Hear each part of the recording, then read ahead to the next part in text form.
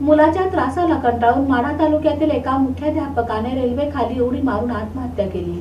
मुलाच्या रोजच्या त्रासाला कंटाळून वडिलांनी रेल्वेखाली उडी घेऊन आत्महत्या केली। ही घटना 31 मार्च रोजी दुपारी 3:30 ते दिनांक 1 एप्रिल रोजी सकाळी कुरुडवाडी पंढरपूर रेल्वे मार्गावरील लौळ तालुका माढा शिवारात घडली। कुरुडवाडी पोलीस ठाण्यात मुलगा निखिल बाळासाहेब पाटील यांनी फिर्याद दाखल केली आहे। बाळासाहेब पितांबर पाटील राहणार 56 सापटणे तालुका माढा असे आत्महत्या केलेल्या वडिलांचे नाव आहे। या प्रकरणी सौरभ बाळासाहेब पाटील याच्या विरोधात गुन्हा दाखल करण्यात आला आहे। सौरभ बाळासाहेब पाटील हा मला काही जॉब नाही तरी मला काहीतरी उद्योगधंदा काढून द्या असे म्हणत वडील बाळासाहेब यांना वारंवार शिवीगाळ मारहाण करत होता। त्याच्या नेहमीच्या त्रासाला कंटाळून बाळासाहेब यांनी रेल्वेखाली आत्महत्या केली। त्यांचा थोरला मुलगा निखिल याने फिर्याद दिली आहे। सौरभ बाळासाहेब पाटील वय 24 राहणार सापटणे याच्यावर गुन्हा दाखल करण्यात आला आहे। बाळासाहेब पाटील यांचा आत्महत्येपूर्वी धाकटा मुलगा सौरभ सोबत मोबाईलवरून संवाद सुरू होता। मी आत्महत्या करणार आहे असेही ते फोनवर त्याला सांगत होते आणि अखेर त्यांनी रेल्वेखाली उडी घेऊन आत्महत्या केली।